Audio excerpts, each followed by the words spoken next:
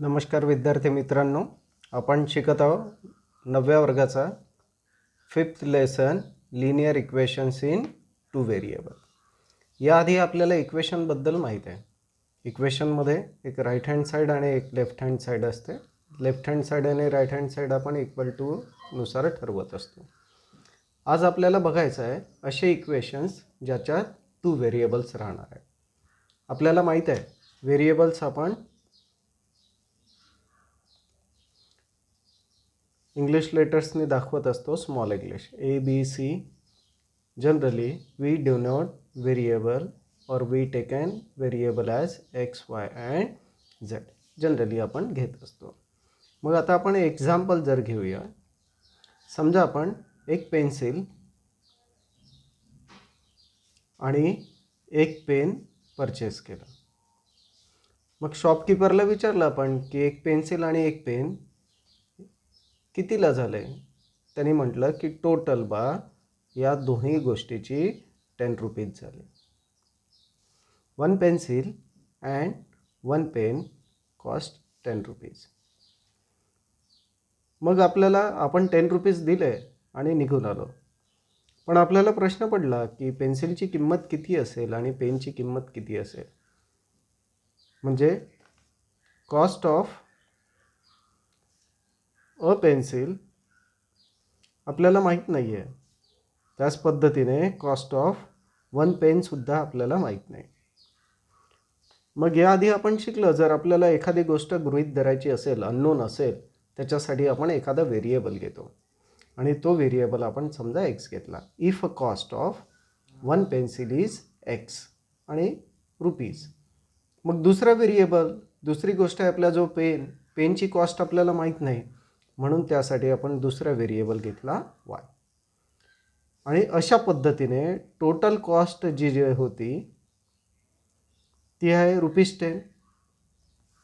यापासून म्हणजे एक इक्वेशन तयार होईल. आता इक्वल टूचं साईन आलं, इकडे आलं 10 आणि टोटल कॉस्ट म्हणजे cost of 1 pencil and 1 pen ती आपण कन्सिडर केली आहे X रुपीज आणि पेनची कॉस्ट केली आहे टोटल म्हणजे सम ऑफ 2 कॉस्ट.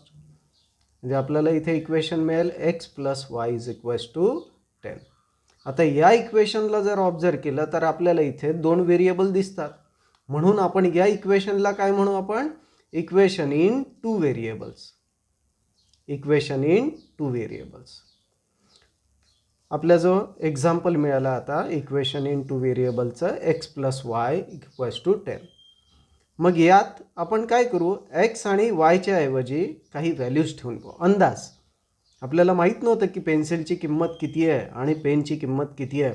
मग आपण एक अंदाज गृहीत धरला. समजा X म्हणजे पेन्सिलची व्हॅल्यू कॉस्ट जी आहे ती समजा 6 रुपीज घेतली. आपल्याला पटकन लक्षात येईल की जर पेन्सिलची कॉस्ट आपण 6 रुपीज कन्सिडर केली तर पेनची कॉस्ट किती होऊन जाईल 4.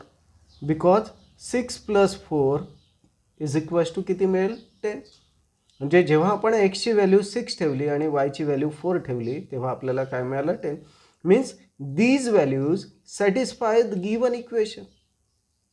आणि ज्या व्हॅल्यूज ठेवल्यानंतर दिलेल्या इक्वेशन सॅटिस्फाय होते. सॅटिस्फाय होणे म्हणजे त्याची जी टोटल दिलेली आहे ती आपली 10 आहे आणि आपण या व्हॅल्यूंची जेव्हा ॲडिशन केली तीसुद्धा किती आलेली आहे 10. म्हणजे या व्हॅल्यूज या दिलेल्या इक्वेशनला सॅटिस्फाय करतात. देअरफॉर या इक्वेशनचं एक सोल्युशन, त्याला आपण सोल्युशन म्हणू, ज्या व्हॅल्यूज दिलेल्या इक्वेशनला सॅटिस्फाय करतात त्याचं सोल्युशन झालं 6 आणि 4. मग हे 6,4 लिहिताना आपण 4,6 का नाही लिहू शकत. तर काय करतो आपण जेव्हाही इक्वेशनबद्दल सोल्युशन लिहितो तेव्हा आपल्याला घ्यायचे असतात तिथे ऑर्डर्ड पेअर. आपल्याला माहीत आहे X नंतर Y येतं म्हणून आपण काय करू Xची व्हॅल्यू आधी लिहू आणि त्यानंतर कोणाची व्हॅल्यू लिहू Yची. सेम इक्वेशनमध्ये आपण 2 कन्सिडर करू Xच्या जागेवर. आपल्याला माहीत आहे 2 + 8 म्हणजे किती होते 10.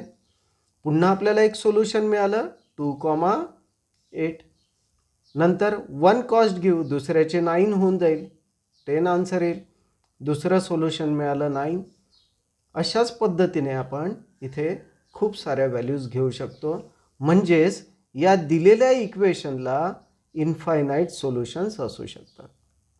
It has infinite number of solution. तर हे इक्वेशन बघितलं आपण. This equation contains two variable, therefore it is called as equation in two variable. मग या इक्वेशनला लिनियर इक्वेशन म्हणता येतं का? मग लिनियर म्हणता येतं जर आपण यांचे पॉवर ऑब्झर्व केले, हायेस्ट पॉवर, तर इथे 1 आणि इथे 1. मग याला आपल्याला प्रूव्ह करता येते का whether this equation is linear or not?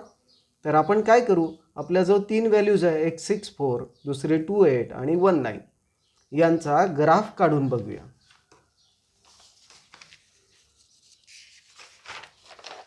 आपल्याजवळ व्हॅल्यूज आहे 6, 4, 2, 8 आणि 1, 9.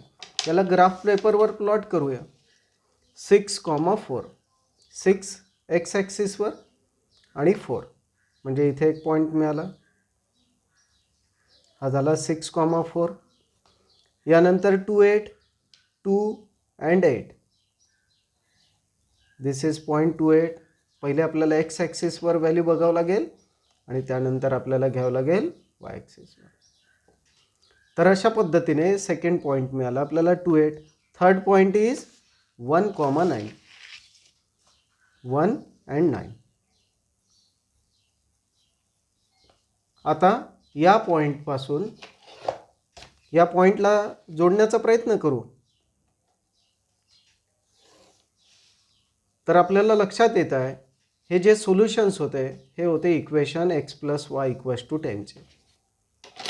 आणि याचा जेव्हा आपण ग्राफ काढला तेव्हा आपल्याला याचा ग्राफ काय मिळाला, एक लाईन. आणि म्हणूनच या इक्वेशनला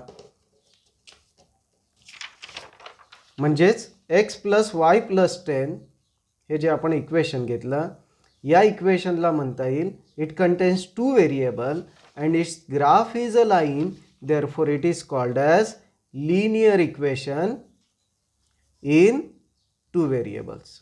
याला काय म्हणतात, लिनियर इक्वेशन्स इन 2 व्हेरिएबल्स. मग आपण याचं पुन्हा एक एक्झाम्पल घेऊ. आता काय करू आपण, 2 पेन्सिल्स अँड 5 पेन्स परचेस करू. आणि हे परचेस केल्यावर समजा याची जी टोटल कॉस्ट आहे ती आहे 50 रुपीज. मग 50 रुपीज टोटल कॉस्ट आहे. पुन्हा आपल्याला कॉस्ट ऑफ पेन्सिल माहीत नाही म्हणून cost of 1 pencil x consider केली. कॉस्ट ऑफ 1 पेन आपण वाय कन्सिडर केला. मग आपण परचेस केलेलं आहे 2 पेन्सिल्स, म्हणजे याची कॉस्ट झाली दोघांची 2x. एका पेनची व्हॅल्यू होती 5 वाय. समजा आपण पेन 3 रुपीजचा घेतला, 5 पेन्स घेतले तर याची टोटल 5 3 किती होता 15. म्हणून आपण याला मल्टिप्लाय केला आणि याला लिहिलं 5y. आणि टोटल आहे म्हणजे sum of these 2 values equals to किती मिळालं आपल्याला 50. This is also a linear equation in 2 variable. मग या पद्धतीने एक्सच्या समोर कोणता तरी कोइफिशियंट येऊ शकतो, वायच्या समोर येऊ शकतो, इक्वल टूच्या इकडे व्हॅल्यू राहू शकते. यालाच आपण लिहू शकतो 2x + 5y - 50 = 0. 2x + 5y - 50 = 0. If equation contains 2 variables as x and y, then we can write the general form of linear equation. General form or standard form.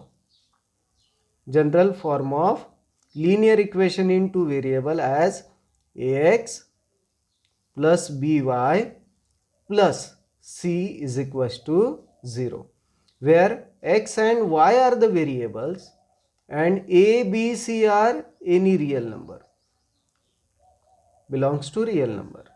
पण इथे पण कंडिशन राहील. या इक्वेशनमध्ये, लिनियर इक्वेशनमध्ये a 0 राहू शकतो, c पण 0 राहू शकतो, किंवा और b = 0 और c = 0 राहू शकतो. बट a आणि b या दोघांच्याही व्हॅल्यू ॲट अ टाईम 0 राहू शकत नाही. Both should not be equals to 0 at same time. या एच्या ऐवजी 0 आणि बीच्या ऐवजी 0 एकाच वेळेस 0 व्हॅल्यू राहू शकत नाही. मग जर आपण विचार केला तर 0y plus 7y is equals to 10. It is also equation in two variable. 7x plus 0y is equals to 10. It is also equation in two variable. But 0x plus 0y is equals to 10 is not a linear equation in two variable. तर अशा पद्धतीने आपल्याला linear equation in two variable बद्दल माहिती मिळाली. आता जर आपण प्रॅक्टिस सेट 5.1 बघितलं, तिथे फर्स्ट क्वेश्चन लिहिला आहे, by using x and Y form any 5 linear equations in two variable. कोणतेही 5 लिनियर इक्वेशन तयार करायचे आहे, एक्स आणि वाय घ्यायचा. For example x plus y equals to 7, 2x minus y is equals to 18. तुम्हाला जेही वाटलं ते आपण 5 लिनियर इक्वेशन्स लिहू शकतो. मग सेकंड क्वेश्चन आहे, write 5 solutions of x plus y is equals to 7. 5 solutions लिहायचे. आपल्याला माहीत आहे सोल्युशन्स म्हणजे एक्स आणि वायचे अशा व्हॅल्यूज ज्या दिलेल्या इक्वेशनला सॅटिस्फाय करेल. मग 2 + 5 7 म्हणजे एक सोल्युशन मिळालं आपल्याला 2, 5. 3 + 4 इज इक्वल्स टू 7. 3, 4 कोणतीही व्हॅल्यू घेऊ शकतो. समजा आपण इथे 8 - 1 इज इक्वल्स टू 7, तर आपल्याला सोल्युशन मिळालं 8, -1. नंतर आपण इथे घेऊया 6 + 1 इज इक्वल्स टू 7, तर इथे मिळेल आपल्याला 6, 1. इथे घेऊया आपण 0, तर इथे घ्यावं लागेल +7 म्हणजे. तर अशा पद्धतीने आपण कोणतेही 5 सोल्युशन्स काढायचे आहे. इन्फायनाईट सोल्युशन असतात हे आपल्याला माहीत आहे. यानंतर आपण हे इक्वेशन्स, लिनियर इक्वेशन्स कसे सॉल्व करता येईल ते नंतरच्या टॉपिकमध्ये बघूया. थँक्यू.